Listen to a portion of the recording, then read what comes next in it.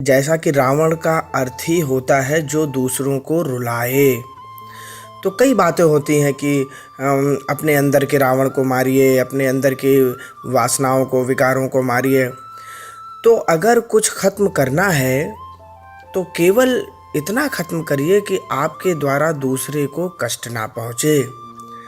क्योंकि अष्टादश पुराणेषु व्यासस्य वचनद्वयम्, पूरे 18 पुराणों में महर्षि वेद व्यास जी ने सार की केवल 2 बातें ही कही हैं कि परोपकाराय पुण्याय पापाय परपीड़नम। माने कि सबसे बड़ा पुण्य है इस संसार में दूसरों की मदद करना, इससे बड़ा कोई पुण्य नहीं है।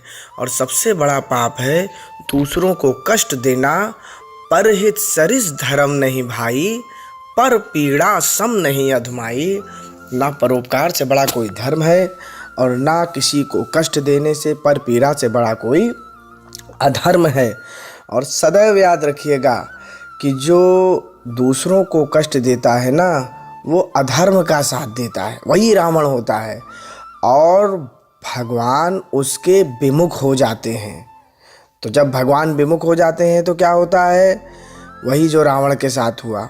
अच्छा, दूसरों को व्यक्ति कष्ट इसलिए देता है क्योंकि वो इस बात को नहीं समझता कि कभी उसके ऊपर भी कष्ट आ सकता है। दूसरों को वही रुलाता है जो इस बात को समझता है कि मैं कभी नहीं रोऊंगा, मेरा कभी बुरा वक्त नहीं आएगा। किंतु सदैव याद रखिएगा, परमात्मा जिसके विमुख हो जाए ना, उसकी उल्टी गिनती शुरू हो जाती है, बुरा वक्त शुरू हो जाता है। तो बड़े से बड़ा व्यक्ति, चाहे वो कितना ही बलवान हो, कितना ही धनवान हो, किंतु जब उसका बुरा वक्त हो जाता है ना, तो अच्छी चीज़ें भी बुरी होने लगती हैं, जैसे रावण के साथ हो गई। और अंत तो गत्वा उसका क्या होता है?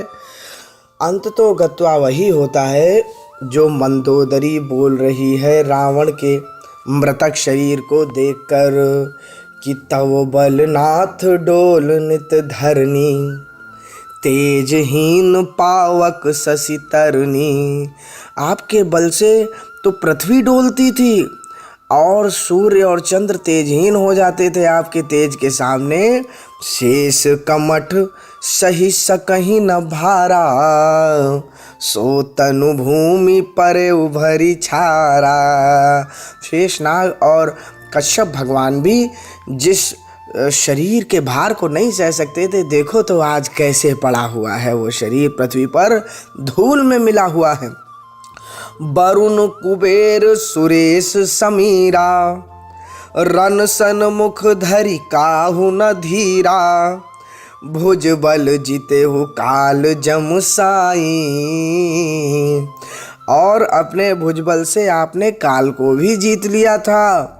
भुज बल जीते हो काल जम साई, आज परे हो अनाथ की नाई। लेकिन आज देखो क्या दुर्दशा हो गई आपकी, अनाथ के जैसे पड़े हैं। कोई पानी देने वाला भी नहीं है, कोई आपका संस्कार करने वाला भी नहीं है, अंतिम संस्कार, क्योंकि सारे बच्चे तो मर गए।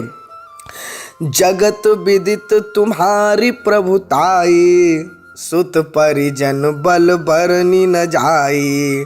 राम विमुख अस हाल तुम्हारा, कि रहा न को कुल रो निहारा। भगवान के विमुख हो गए तो आज देखो, जो अपने परिजनों के पुत्रों की बड़ाई करता था, बल्कि आज कोई साथ में रोने वाला नहीं है। क्यों? क्योंकि जो जीवन भर दूसरों को रुलाता है ना, जब उसके ऊपर दुख आता है तो कोई रोने वाला थोड़ी मिलता है उसे। इसलिए सदैव याद रखिएगा, कभी किसी को दुख मत दीजिएगा। यही कह रही है मंदोदरी कि तव बस विधि प्रपंच सब ना था, सभय दिसिप नित ना वही माथा।